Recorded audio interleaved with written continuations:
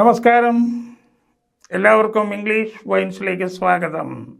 ഇപ്പോൾ കഴിഞ്ഞ ഒരു വീഡിയോയിൽ നമ്മൾ മോഡൽ ഓക്സിലറീസിനെ കുറിച്ച് ഞാനൊരു ക്ലാസ് പറഞ്ഞിരുന്നല്ലോ. പ്രധാനപ്പെട്ട 7 മോഡൽ ഓക്സിലറീസിനെ കുറിച്ചാണ് ഞാനതിൻ്റെ അകത്ത് പറഞ്ഞിരുന്നത്. അപ്പോൾ നിങ്ങളത് ഓർക്കുന്നുണ്ടെന്ന് ഞാൻ കരുതുന്നു. Can, could, shall, will, may, should, must. ഈ 7 മോഡൽ ഓക്സിലറീസും അതിൻ്റേതായിട്ടുള്ള പ്രത്യേകതകളും അത് വെച്ച് ചെറിയ ചെറിയ സെൻറ്റൻസുകളും ഒക്കെ ഞാനന്ന് പറഞ്ഞിരുന്നു.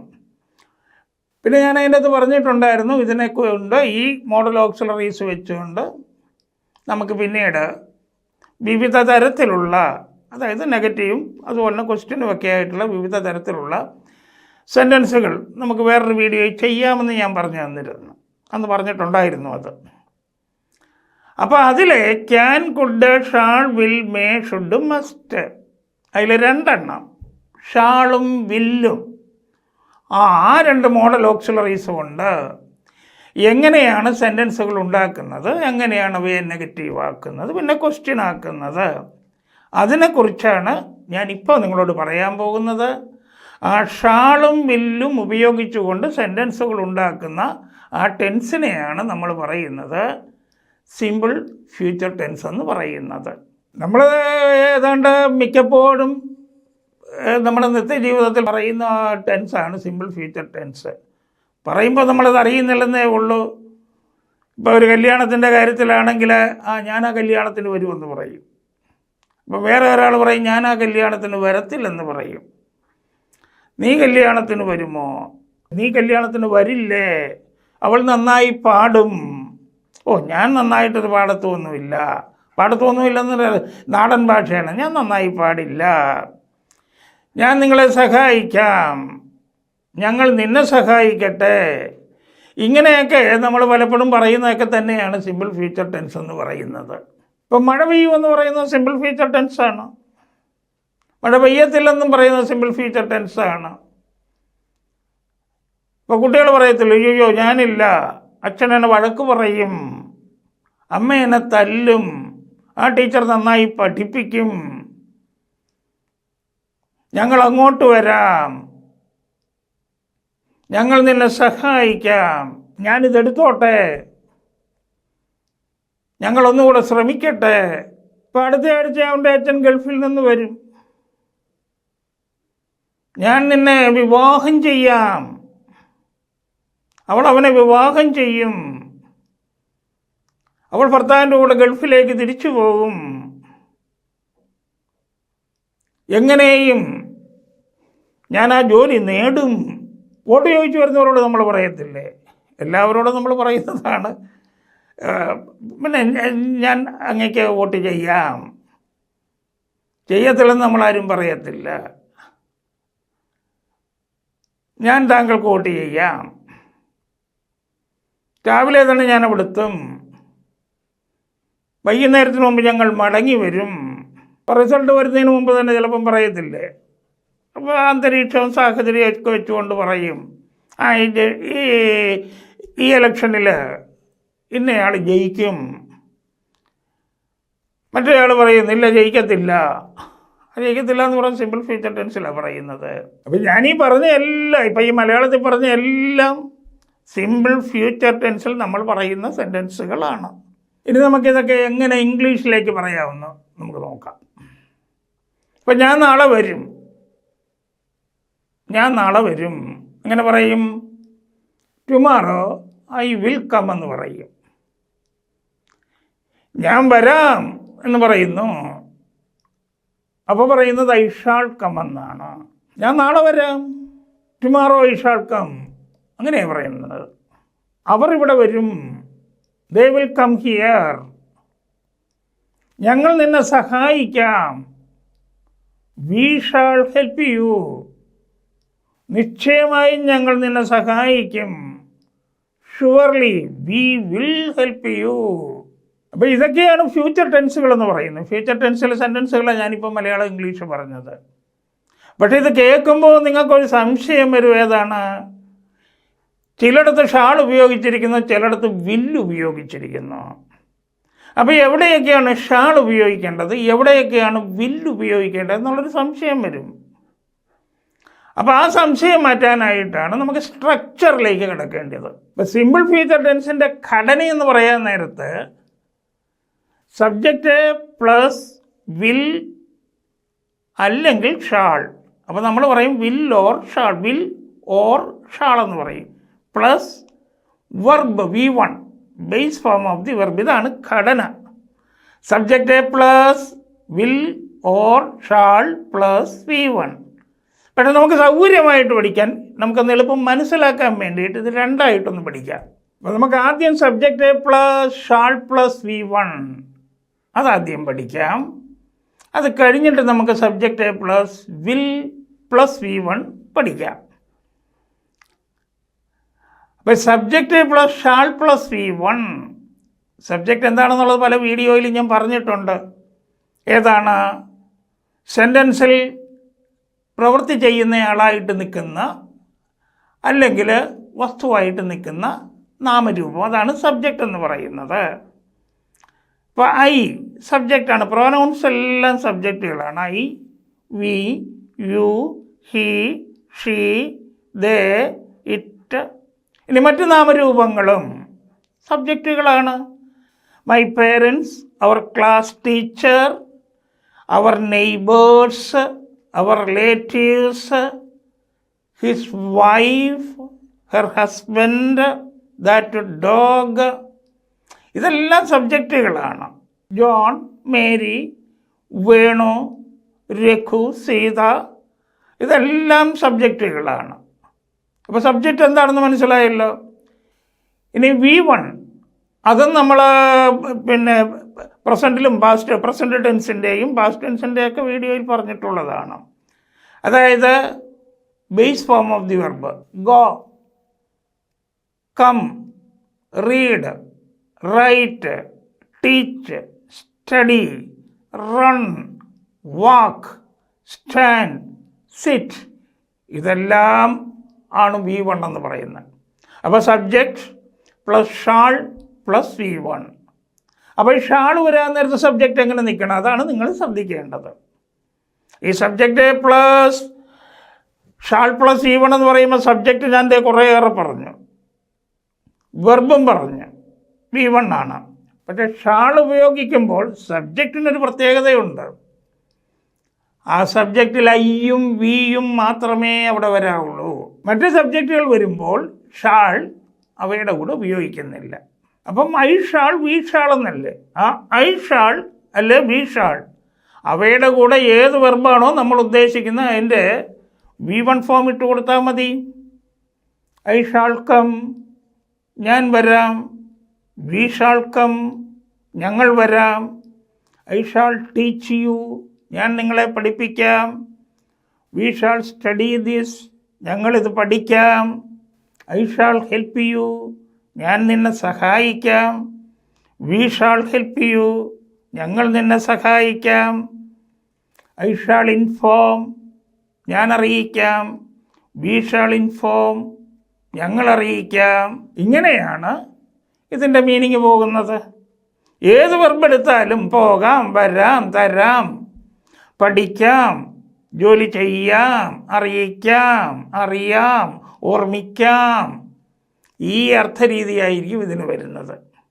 പക്ഷേ ഷാൾ ഉപയോഗിക്കുമ്പോൾ സബ്ജക്റ്റിനൊരു പ്രത്യേകതയുണ്ട്. ആ സബ്ജക്റ്റിൽ ഐയും വിയും മാത്രമേ അവിടെ വരാവുള്ളൂ. മറ്റ് സബ്ജക്റ്റുകൾ വരുമ്പോൾ ഷാൾ അവയുടെ കൂടെ ഉപയോഗിക്കുന്നില്ല. അപ്പം ഐ ഷാൾ, വി ഷാൾ എന്നല്ലേ. ആ ഐ ഷാൾ അല്ലെ വി ഷാൾ, അവയുടെ കൂടെ ഏത് വെർബാണോ നമ്മൾ ഉദ്ദേശിക്കുന്നത് അതിൻ്റെ V1 ഫോം ഇട്ട് കൊടുത്താൽ മതി. അപ്പം നമ്മൾ ഷാൾ വെച്ച് എങ്ങനെയാണ് ഇംഗ്ലീഷിൽ സെൻറ്റൻസ് ഉണ്ടാക്കുന്നതെന്ന് നമ്മളിപ്പോൾ പഠിച്ചു കഴിഞ്ഞു.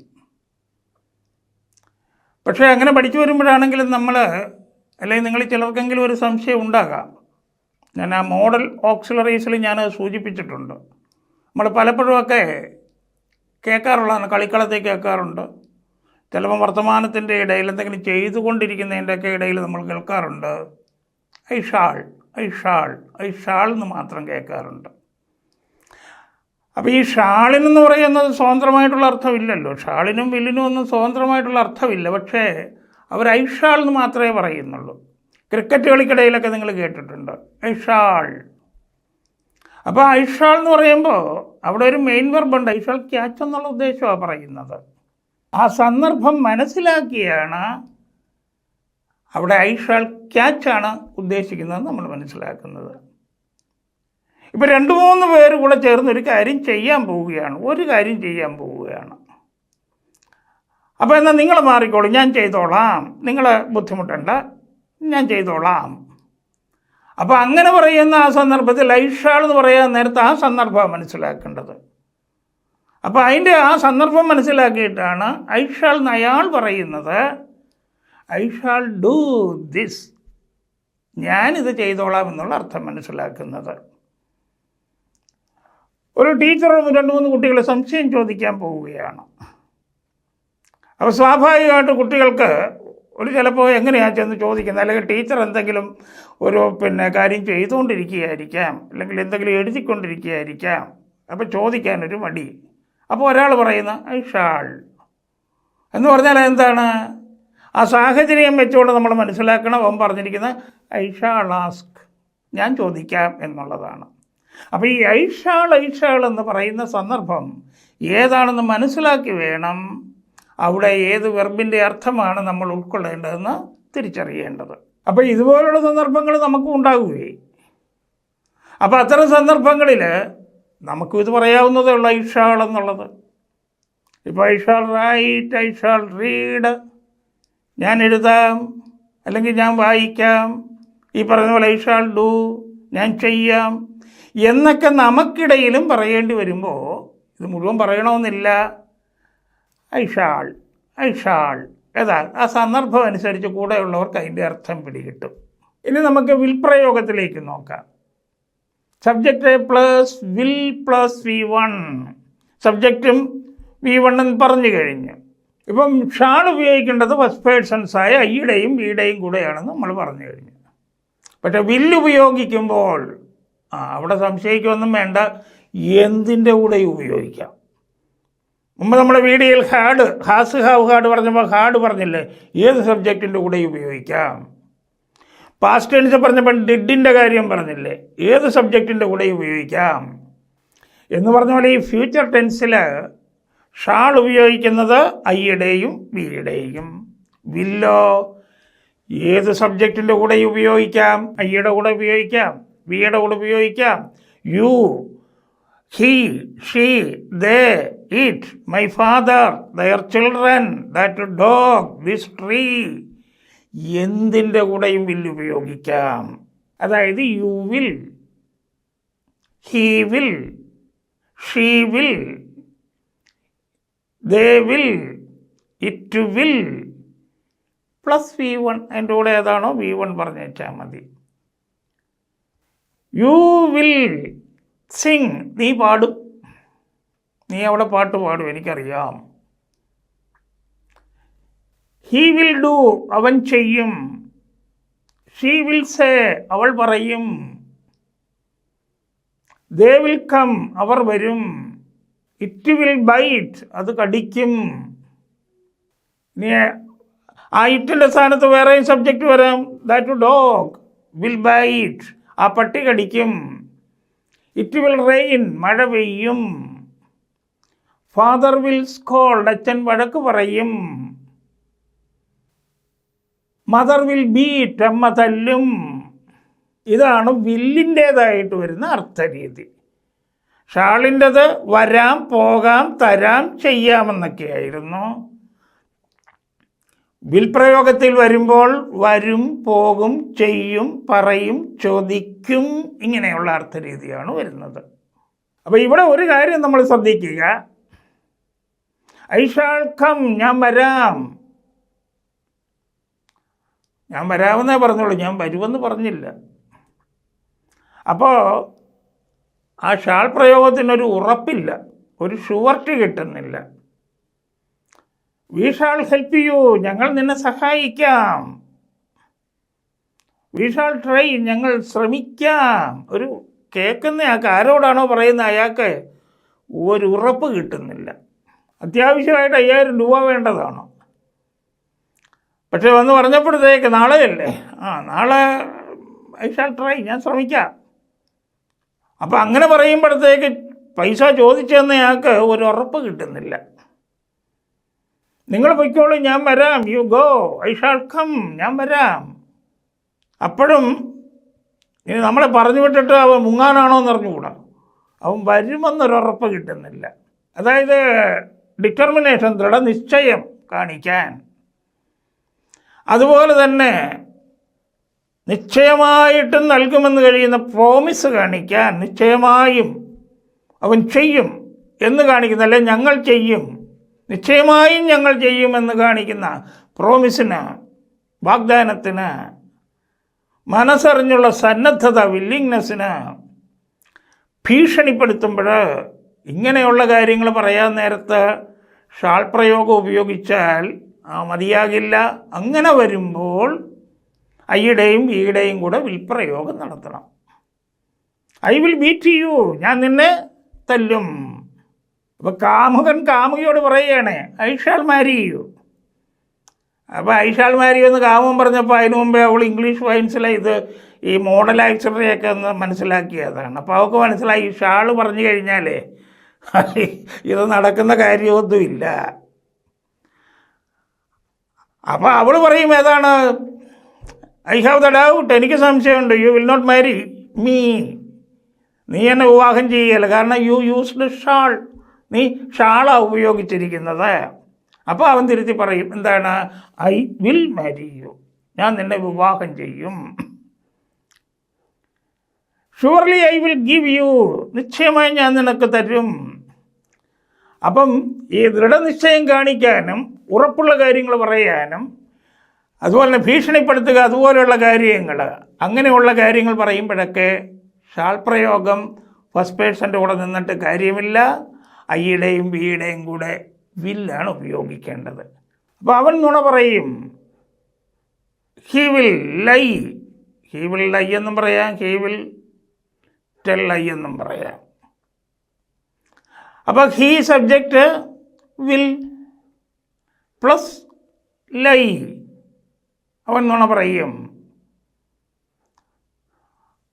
അവർ ഇന്ന് വരും, they plus will, they will come, come be one, they will come today. ഇവളൊരു പാട്ട് പാടും, ഇവൾ സബ്ജക്റ്റ്, വിൽ സിംഗ്, പാടും, എ സോങ്, ഒരു പാട്ട്, she will sing a song, ഞാൻ നിന്നെ വിവാഹം ചെയ്യും. അപ്പോൾ വലിയ ഉറപ്പ് പറയുകയാണ്. ഐ വിവാഹം ചെയ്യും, മാരി ചെയ്യും, ഐ വിൽ മാരി യു, ഞാൻ നിന്നെ വിവാഹം ചെയ്യും. ഞങ്ങളവന് സഹായിക്കും, ഞങ്ങൾ വി സഹായിക്കും, വിൽ ഹെൽപ്പ് അവനെ ഹിം, അപ്പോൾ വി വിൽ ഹെൽപ്പ് ഹിം. എല്ലാം ഉറപ്പുള്ള കാര്യങ്ങളാണ് പറയുന്നത്. അപ്പോൾ ഇവിടെ നിങ്ങൾക്കൊരു സംശയം വരാം, ഐയുടെ കൂടെ വില്ല് ഉപയോഗിച്ചു, ഇവിടെ ഐയുടെ കൂടെ ഷാൾ ഉപയോഗിച്ചു. അപ്പോൾ എപ്പോഴൊക്കെയാണ് ഷാൾ വരേണ്ടത്, എപ്പോഴൊക്കെയാണ് വില്ല് വരേണ്ടത്? അതായത് ഉറപ്പ് പറയുന്ന സന്ദർഭങ്ങളിലെല്ലാം ഐയുടെയും ബിയുടെയും കൂടെ വില്ല് വരണം.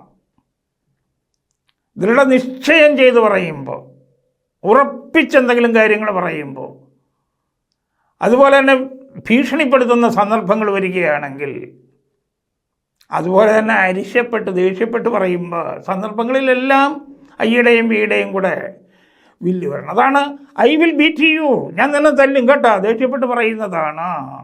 ഇനി ഷാൾ വരാൻ നേരത്ത് നോക്കിക്കേ, ഐ ഷാൾ ട്രൈ, ഞാൻ ശ്രമിക്കാം, അതിന് ദാർഢ്യമൊന്നും വരത്തില്ല, എങ്ങനെയും ഞാൻ ശ്രമിക്കുമെന്നുള്ളതൊന്നുമല്ല.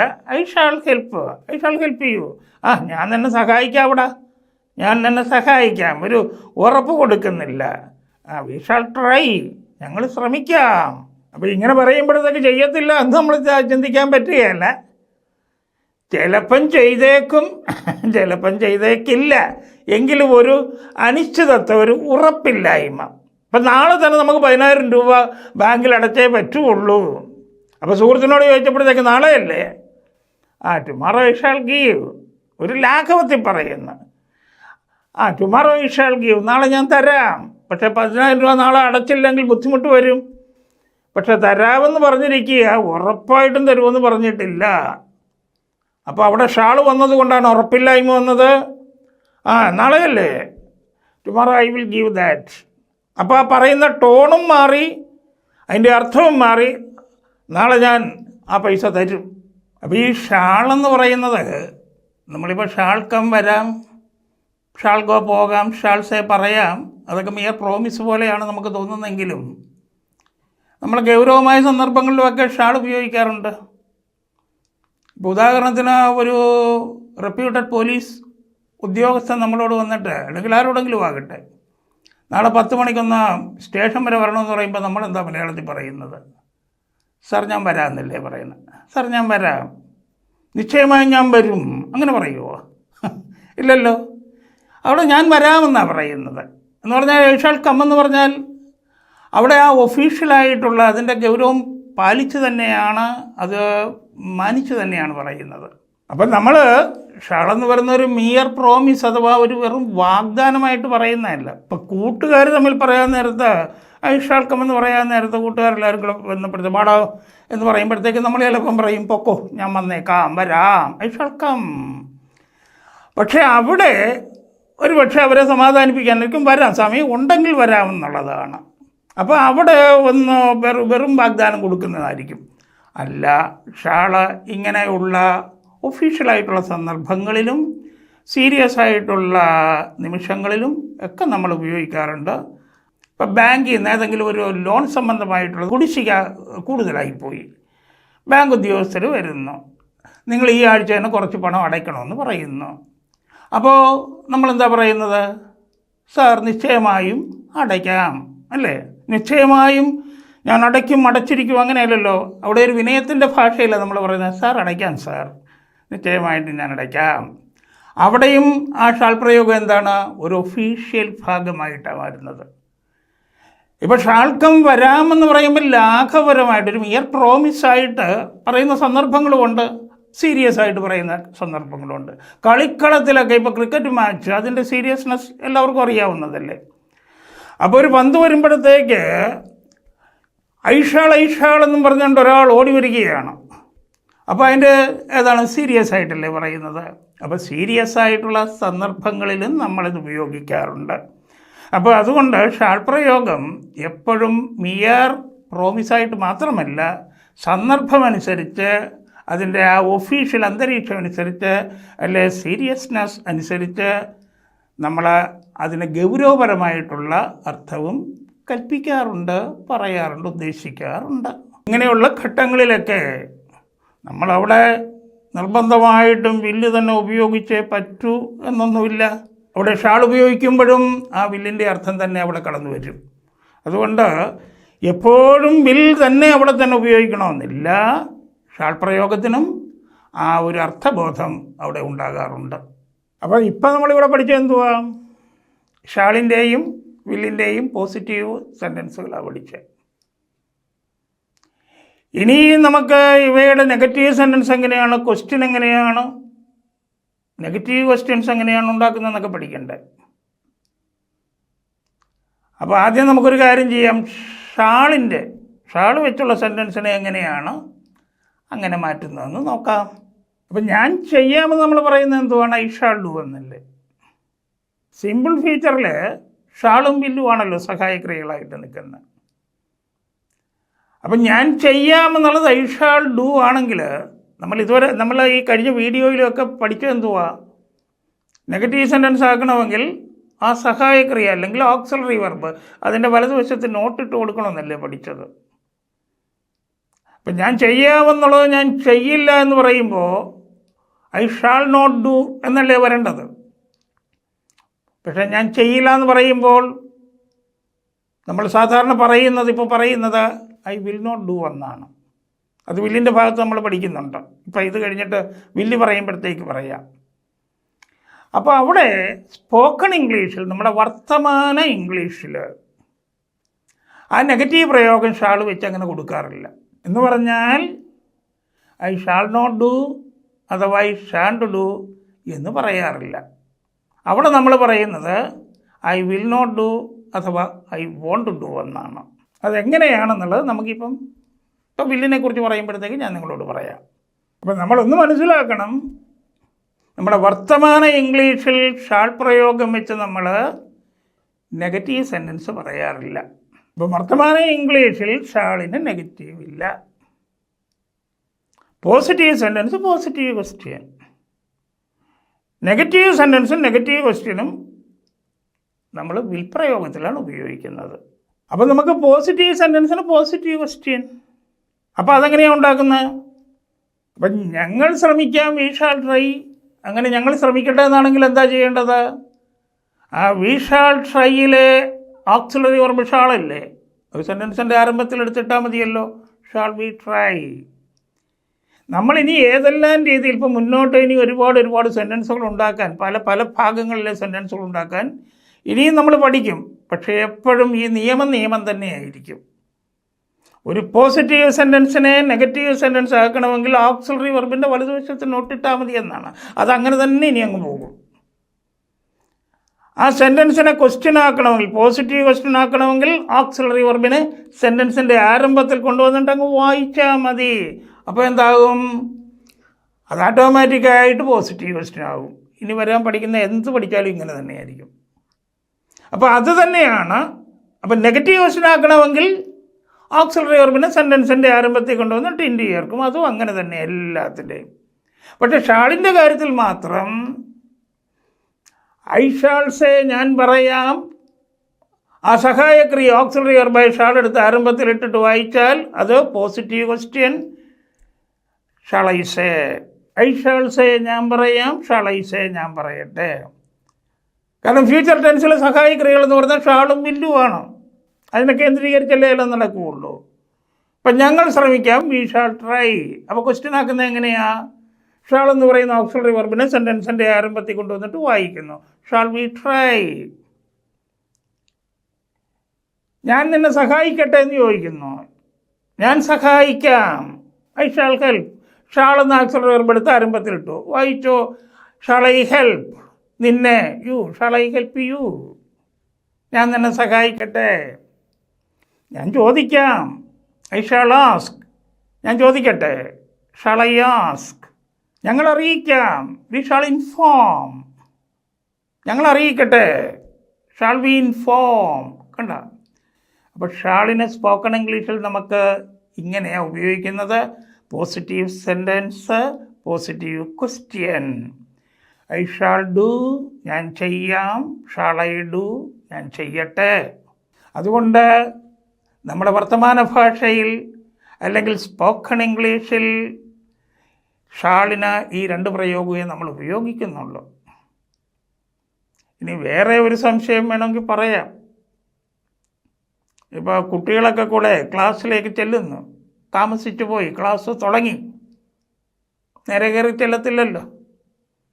അപ്പോൾ ടീച്ചറിൻ്റെ അനുവാദം മേടിക്കണ്ടേ?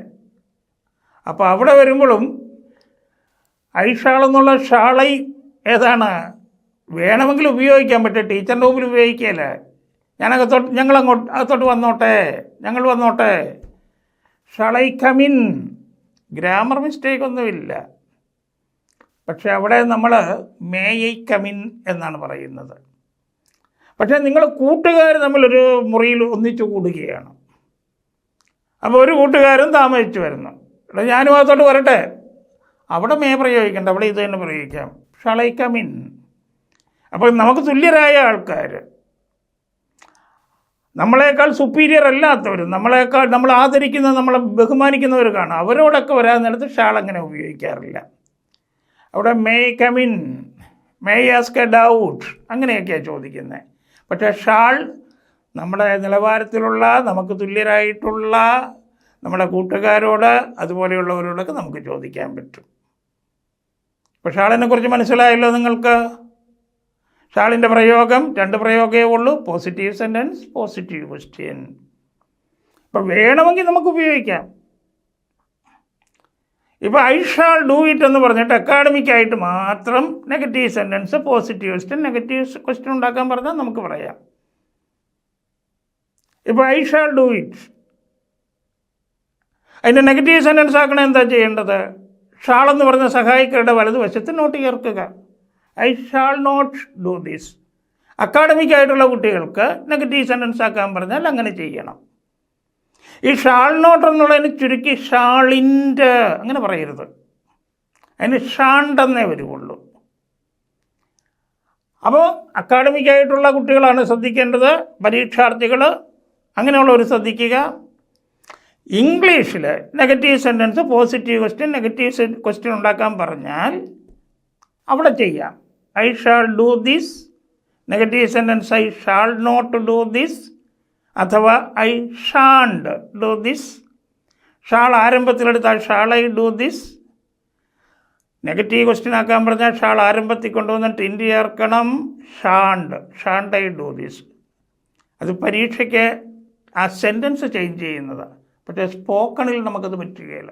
എന്നാൽ അതേ സമയത്ത് തന്നെ അക്കാഡമിക് ആയിട്ടുള്ള കുട്ടികൾ, പരീക്ഷകളൊക്കെ എഴുതേണ്ട കുട്ടികൾ ഈ കാര്യം ശ്രദ്ധിക്കുകയും വേണം. ഏതാണ്? Negative sentence, positive question, negative question, ഇവയെല്ലാം ചേഞ്ച് ചെയ്യുന്നത് നമ്മൾ നേരത്തെ പഠിച്ച ആ മെത്തേഡിൽ തന്നെ ആയിരിക്കും. ഐ ഷാൾ നോട്ട് അഥവാ ഐ ഷാണ്ട്, ഷാളൈ, ഷാണ്ടൈ. അത് അക്കാഡമിക്കായിട്ട് മാത്രം. വർത്തമാന ഇംഗ്ലീഷിൽ അതിന് പ്രസക്തിയില്ല. ഇപ്പം നമ്മളങ്ങനെ ഉപയോഗിക്കുകയില്ല. അപ്പോൾ ഷാളിനെ പറ്റി നിങ്ങൾ മനസ്സിലാക്കിയത് ഇത്രയാണെന്ന് ഞാൻ കരുതുന്നു. ഷാളിനെ പറ്റി ഇത്രയാണ് നമ്മൾ മനസ്സിലാക്കേണ്ടത്. ഷാളിന് വർത്തമാന ഇംഗ്ലീഷിൽ പോസിറ്റീവ് പ്രയോഗവും പോസിറ്റീവ് സെൻറ്റൻസ് പ്രയോഗവും പോസിറ്റീവ് ക്വസ്റ്റ്യൻ പ്രയോഗമേ ഉള്ളൂ. നമ്മുടെ വർത്തമാന ഇംഗ്ലീഷിൽ ഷാളിന് നെഗറ്റീവ് സെൻറ്റൻസ് പ്രയോഗവും നെഗറ്റീവ് ക്വസ്റ്റ്യൻ പ്രയോഗം എന്ന് പറഞ്ഞാൽ ഷാളിന് നെഗറ്റീവ് പ്രയോഗം ഇല്ല. എവിടെ? വർത്തമാന ഇംഗ്ലീഷിൽ. അക്കാഡമിക് ഇംഗ്ലീഷിലുണ്ട്. പക്ഷേ ഈ positive sentence, negative sentence, positive question, negative question പ്രയോഗങ്ങൾ വിൽ പ്രയോഗത്തിനുണ്ട്. അതുകൊണ്ട് നമുക്കിനി വിൽ പ്രയോഗത്തിലേക്ക് കിടക്കാം. അപ്പോൾ ഇനി ആ വില്ലിൻ്റെ കാര്യം പറയുമ്പോൾ എളുപ്പമായിരിക്കുമല്ലോ. അവർ വരും, അവർ ദേ വരും, വിൽക്കം അല്ലേ? ദേ വിൽക്കം. അപ്പോൾ അവർ വരില്ല. അതെങ്ങനെയാണ് നമ്മൾ പറയുന്നത്? അവർ വരുമെന്നുള്ളതിൻ്റെ അകത്ത് സഹായക്രിയ ഏതാണ്? ഓക്സിലറി വെർബ് വില്ല്. ആ വില്ലെന്ന സഹായക്രിയയുടെ വലതുവശത്ത് റൈറ്റ് സൈഡിൽ നോട്ട് ചേർത്താൽ മതിയല്ലോ. അപ്പോൾ എങ്ങനെ വരും? They will not come. അപ്പോൾ അതിനെ ചുരുക്കി എങ്ങനെ പറയും? വിൽ നോട്ട് എന്നുള്ളതിനെ ചുരുക്കി വോണ്ട്. വില്ലിൻ്റെ ഒന്നും പറയരുത് കേട്ടോ, won't. They will not come അഥവാ ദേ വോണ്ട് കം. ഇവൾ നന്നായി പാടും. ഇവൾ, ഷീ പാടും. വിൽ സിങ്. നന്നായി എന്നുള്ളതിന് വെൽ ചേർക്കാം. അപ്പോൾ ഇവൾ പാടുമെന്ന് മാത്രം എടുത്ത് എന്താണ്? She will sing. Auxiliary verb ഏതാ? വിൽ. അപ്പോൾ വിൽ എന്ന് പറയുന്ന ഓക്സിലറി വെർബിൻ്റെ വലതുവശത്ത് നോട്ട് ഇടുക. അപ്പോൾ എന്താകും? She will not sing. ചുരുക്കി പറയുമ്പോൾ എങ്ങനെയാണ്? She won't sing. അപ്പോൾ അർത്ഥം എന്ത് വരും? ഇവൾ പാടില്ല, ഇവൾ പാടുകയില്ല. നമ്മൾ വർത്തമാനം പറയും, സാധാരണ രീതി പറയുമ്പോൾ അവൾ പാടത്തൊന്നുമില്ല, അവൾ പാടില്ല. ഏതാണ് ഈ പുകവലി പാടില്ല എന്ന് പറയാൻ നേരത്തെ എഴുതി വെച്ചെടുത്ത് തന്നെ ഇരുന്നൊരുത്തം വലിച്ചിട്ട് ഇവിടെ പുകവലി പാടില്ല എന്ന് പറഞ്ഞപ്പോഴത്തേക്കില്ല, പാടില്ല, അതുകൊണ്ടല്ലേ എളുപ്പം വലിക്കുന്നതെന്ന് പറഞ്ഞ ഒരു രീതിയാകും. പാടുകയില്ല എന്നുള്ളത് നമ്മുടെ നാട്ടുഭാഷയിലൊക്കെ പാടില്ല എന്ന് പറയും. അപ്പം അവൾ നന്നായി പാടില്ല. She will not sing well, അല്ലെങ്കിൽ ഷീ വോണ്ട് സിങ് വെൽ. ഇതുപോലെ ഓരോ സെൻറ്റൻസിനെയും നെഗറ്റീവ് ആക്കുമ്പോൾ, സിമ്പിൾ ഫ്യൂച്ചറിലെ ഓരോ സെൻറ്റൻസിനെയും നെഗറ്റീവ് ആക്കുമ്പോൾ ആ സഹായക്രിയയെ വില്ലിൻ്റെ വലതുവശത്ത് നോട്ട് ചേർത്തിട്ട് ഏത് പ്രവൃത്തിയാണോ ചെയ്യുന്നത് അതിൻ്റെ ബേസ് ഫോം നമ്മൾ എഴുതുന്നുണ്ട്. അങ്ങനെയാണ് പാടുകയില്ല, ചെയ്യുകയില്ല, പറയുകയില്ല, ചോദിക്കില്ല, വരില്ല, പോകില്ല, ഓടില്ല, നടക്കുകയില്ല. ഇങ്ങനെയുള്ള ഏത് സെൻറ്റൻസും നമുക്ക് സാഹചര്യത്തിനനുസരിച്ച്, സന്ദർഭത്തിനനുസരിച്ച് നമുക്ക് സ്വയം ഉണ്ടാക്കി പറയാവുന്നതേ ഉള്ളൂ. ഇനി നമുക്ക് ക്വസ്റ്റ്യനിലേക്ക് കിടക്കാം. അവർ വരും. എന്താണ്? They will come. അപ്പോൾ അവർ വരും, ദേ വിൽ കം. അപ്പോൾ അവർ വരുമോ എന്ന് നമുക്ക് ചോദിക്കണമെങ്കിൽ എന്ത് ചെയ്താൽ മതി? ദേ വിൽ കമ്മിലെ വിൽ എന്ന ഓക്സിലറി വെർബിനെടുത്ത് സെൻറ്റൻസിൻ്റെ ആരംഭത്തിലിട്ടിട്ട് വായിച്ചാൽ മതി. Will they come. അവൾ നന്നായിട്ട് പാടുമോ എന്ന് നമുക്ക് ചോദിക്കണം. അവൾ നന്നായിട്ട് പാടുമോ? സ്റ്റേജിൽ കയറ്റേണ്ടതല്ലേ. അപ്പോൾ എന്താണ് മനസ്സിൽ വരേണ്ടത്? അവൾ നന്നായി പാടും. അവൾ പാടും. നന്നായി എന്നുള്ളത് ഒടുവിൽ ഇട്ട് കൊടുത്താൽ മതി. അവൾ പാടും എന്നുള്ളത് എങ്ങനെയാണ്? She will sing. Auxiliary verb ഏതാണ്? വിൽ. എന്ത് ചെയ്യണം? വില്ലെടുത്ത് ആരംഭത്തിൽ കൊണ്ടുവരണം, എന്നിട്ട് വായിക്കണം. അങ്ങനെ വായിക്കുമ്പോൾ എന്ത് പറ്റി? എന്ത് സെൻറ്റൻസായി? Will she Singh. അപ്പോൾ അവൾ നന്നായിട്ട് പാടുമോ എന്ന് നമുക്ക് സംശയം ചോദിക്കണം. എന്ത് പറയണം? ചോദിക്കണം. Will she Singh well? അവൾ നന്നായി പാടുമോ? അച്ഛൻ നിന്നെ വഴക്ക് പറയുമോ എന്ന് ചോദിക്കണം. ഇനിയിപ്പോൾ താമസിച്ചൊക്കെ ചെല്ലാൻ നേരത്തെ നിന്നെ അച്ഛൻ വഴക്ക് പറയുമോ? അപ്പോൾ അച്ഛൻ വഴക്ക് പറയും എന്നെടുക്കണം. Father will scold. അപ്പം സഹായക്രിയ വിൽ സെൻറ്റൻസിൻ്റെ ആരംഭത്തിൽ കൊണ്ടുവരണം. സെൻറ്റൻസിൻ്റെ ആരംഭത്തിൽ കൊണ്ടുവന്നിട്ട് വായിക്കുക. അപ്പോൾ എന്തായി? Will father scold. അപ്പോൾ അച്ഛൻ നിന്നെ വഴക്ക് പറയുമോ എന്നാണെങ്കിൽ എങ്ങനെ ചോദിക്കും? Will father scold you. ഇതുപോലെ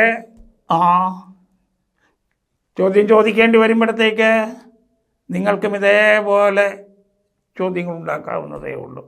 ഇതിപ്പോൾ ഞാൻ പറഞ്ഞു തരുമ്പോൾ നിങ്ങൾ ചെയ്യേണ്ടത് അതിൻ്റെ ആ മെത്തേഡ് മനസ്സിലാക്കുക, എന്നിട്ട് സ്വയം അവനവൻ തീരുമാനിക്കുക, ചിന്തിക്കുക, സങ്കല്പിക്കുക. ഇങ്ങനെ എനിക്ക് എവിടെയൊക്കെയാണ് ഇതേപോലെ ചോദിക്കേണ്ട അവസരങ്ങൾ വരുന്നത്. അപ്പോൾ ആ അവസരത്തിനനുസരിച്ച് that you should make sentences. നിങ്ങൾ സെൻറ്റൻസുകൾ ഉണ്ടാക്കിയെടുക്കണം. ഇപ്പം തന്നെ വീട്ടിൽ നമ്മൾ പണിക്കാരെ നിർത്തണം. അപ്പോൾ സ്വാഭാവികമായിട്ട് വീട്ടിൽ ആരെങ്കിലും ചോദിക്കുമോ അതിന് അവൻ നന്നായി പണി ചെയ്യുമോ? നീ ഈ വർഷം പരീക്ഷ പാസ്സാകുമോളോ ചെറുക്ക ഇത് ചോദിക്കില്ലേ? നീ ഇത്തവണ നീ പരീക്ഷ പാസ്സാകുമോ? ഇനി വരുമ്പോഴത്തേക്ക് നീ കുഞ്ഞിനെ കൂടെ കൊണ്ടുവരുമോ? നീ ഇനി തിരിച്ചു പോകുമോ? ഇങ്ങനെയുള്ള ചോദ്യങ്ങളൊക്കെ ചോദിക്കണമെങ്കിൽ ഈ മെത്തേഡ് അങ്ങ് ഉപയോഗിച്ചാൽ മതി. ഇനി നമുക്ക് നെഗറ്റീവ് ക്വസ്റ്റ്യനിലേക്ക് വരാം. നെഗറ്റീവ് ക്വസ്റ്റ്യനിലേക്ക് വരണമെങ്കിൽ എന്ത് ചെയ്യണമെന്നാണ് പറഞ്ഞിരിക്കുന്നത്? പോസിറ്റീവ് സെൻറ്റൻസിലെ ഓക്സിലറി വെർബ് സഹായക്രിയയെ സെൻറ്റൻസിൻ്റെ ആരംഭത്തിൽ കൊണ്ടുവരിക, ഇൻഡ് ചേർക്കുക. സ്പോക്കണിൽ എപ്പോഴും അതാണ് നല്ലത്. അവർ വരില്ലേ? അവർ വരും. They will come. സഹായക്രിയയായ വിൽ സെൻറ്റൻസിൻ്റെ ആരംഭത്തിൽ കൊണ്ടുവന്നിട്ട് ഇൻഡ് ചേർക്കണമെന്നല്ലേ പറഞ്ഞിരിക്കുന്നത്. അപ്പോൾ സ്വാഭാവികമായിട്ട് എന്താണ്? വില്ലിൻ്റെ എന്ന് തോന്നും. വില്ലിൻ്റെ എന്ന് പറയരുതെന്ന് നേരത്തെ പറഞ്ഞല്ലോ. അപ്പോൾ എന്താണ്? ഓണ്ട്. അപ്പോൾ ദേ വിൽ കം എന്ന് പറയുന്ന സെൻറ്റൻസിലെ വിൽ എന്ന ഓക്സിലറി വെർബ് സെൻറ്റൻസിൻ്റെ ആരംഭത്തിൽ കൊണ്ടുവന്ന് ഇൻഡ് ചേർക്കുമ്പോൾ വോണ്ടെന്നാകും. എന്നിട്ട് ബാക്കി വായിക്കാം. Won't they come. നീ നാളെ വരില്ലേ? അപ്പം നീ നാളെ വരും. നീ വരും. You will come. വിൽ എന്ന ഓക്സിലറി വെർബ് എടുത്ത് സെൻറ്റൻസിൻ്റെ ആരംഭത്തിൽ കൊണ്ടുവന്ന് ഇൻഡ് ചേർത്ത് വോണ്ട്. വായിക്കാം. Won't you come tomorrow? Won't you come tomorrow? നാളെ നീ വരില്ലേ? നീ അവളെ വിളിക്കും. നീ വിളിക്കും. You will call. അപ്പം നീ അവളെ വിളിക്കും. You will call her. Will എന്ന ഓക്സിലറി വെർബിനെ സെൻറ്റൻസിൻ്റെ ആരംഭത്തിൽ കൊണ്ടുവന്ന് ഇൻഡ് ചേർത്തു. എന്താകുമെന്ന് പറഞ്ഞ്? Won't. Won't you call her? നീ അവളെ വിളിക്കില്ലേ? അവൾ നിന്നെ വിളിക്കില്ല എന്ന് ചോദിക്കുമ്പോഴും അപ്പോൾ എന്താണ്? Won't she call you. ഇതുപോലെ വരില്ലേ, പോകില്ലേ, എഴുതില്ലേ, വായിക്കില്ലേ, അല്ലേ വായിക്കില്ലേ, ചെയ്യില്ലേ, വഴക്കിടില്ലേ, ഇങ്ങനെയൊക്കെ ഉള്ള സെൻറ്റൻസുകളൊക്കെ ഉണ്ടാക്കാനായിട്ട് ആ സിമ്പിൾ ഫ്യൂച്ചർ ടെൻസിലെ ആ വിൽപ്രയോഗം കൊണ്ടുള്ള സിമ്പിൾ ഫ്യൂച്ചർ ടെൻസിലെ സെൻറ്റൻസിലെ അസഹായക്രിയയായ വില്ലെടുത്ത് ആരംഭത്തിൽ കൊണ്ടുവന്ന് ഇൻഡ് ചേർത്തങ്ങ് വായിച്ചാൽ മതി.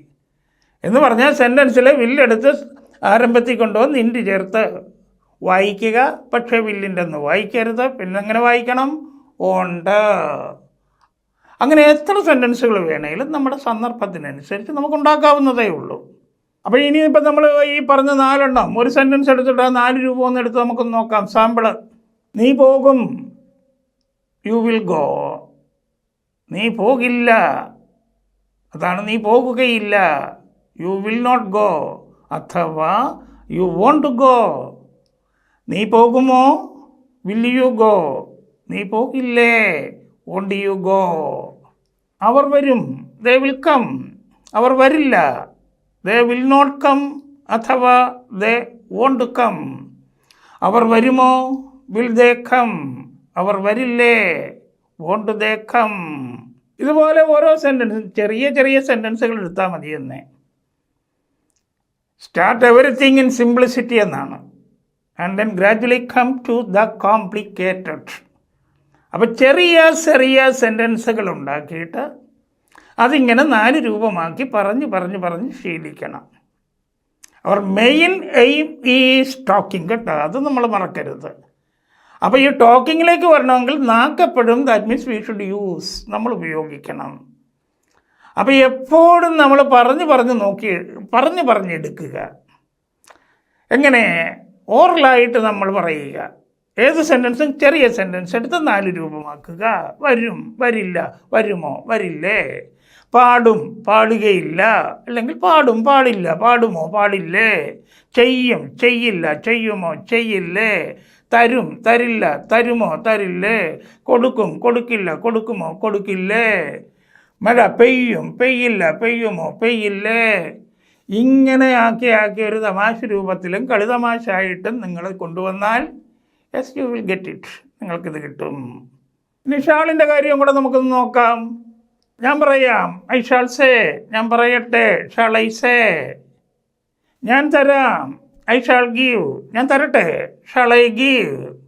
ഞാൻ എടുക്കാം, ഐ ഷാൾ ടേക്ക്. ഞാൻ എടുത്തോട്ടെ, ഷാൾ ഐ ടേക്ക്.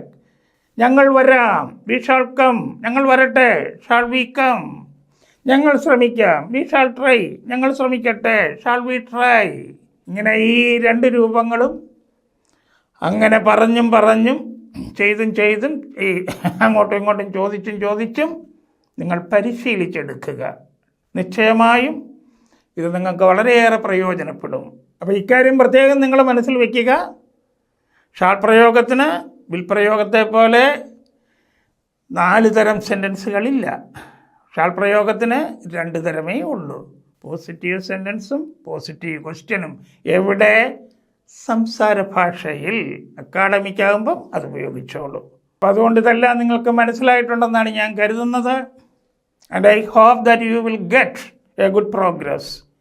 എനിക്കിപ്പോൾ ഇത് കൂടുതലായിട്ട് വ്യാഖ്യാനിച്ച് പറയേണ്ടി വരുന്നത് കൊണ്ട് I don't get the time to talk here. വർത്തമാനം പറയണമെന്നുണ്ട്, ഇംഗ്ലീഷിൽ ഇച്ചിരി വർത്തമാനം പറയണമെന്നുണ്ട്. But unfortunately that I don't get time. നിർഭാഗ്യവശാൽ സമയം കിട്ടുന്നില്ല. ദൈർഘ്യം കൂട്ടണ്ടെന്ന് കരുതിയിട്ടാണ്. അത് നമുക്ക് ചെറിയ വർത്തമാന ശൈലിയിലുള്ള വീഡിയോ ചെയ്യാം. അന്നേരം നിങ്ങൾക്കിത് കൂടുതൽ പ്രയോജനപ്പെടും. That time I will talk more. അന്നേരം ഞാൻ കൂടുതൽ സംസാരിക്കാം. എല്ലാവർക്കും ഇത് ഫലപ്രദമാകട്ടെ.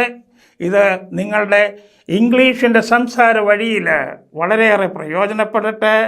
നാളത്തെ നല്ല ഇംഗ്ലീഷ് വർത്തമാനക്കാരായിട്ട് നിങ്ങൾ മാറട്ടെ എന്ന് ആശംസിക്കുന്നു, ആഗ്രഹിക്കുന്നു. നല്ലതേ വരൂ. എല്ലാവർക്കും ഗുഡ് വിഷസ്. Good bye.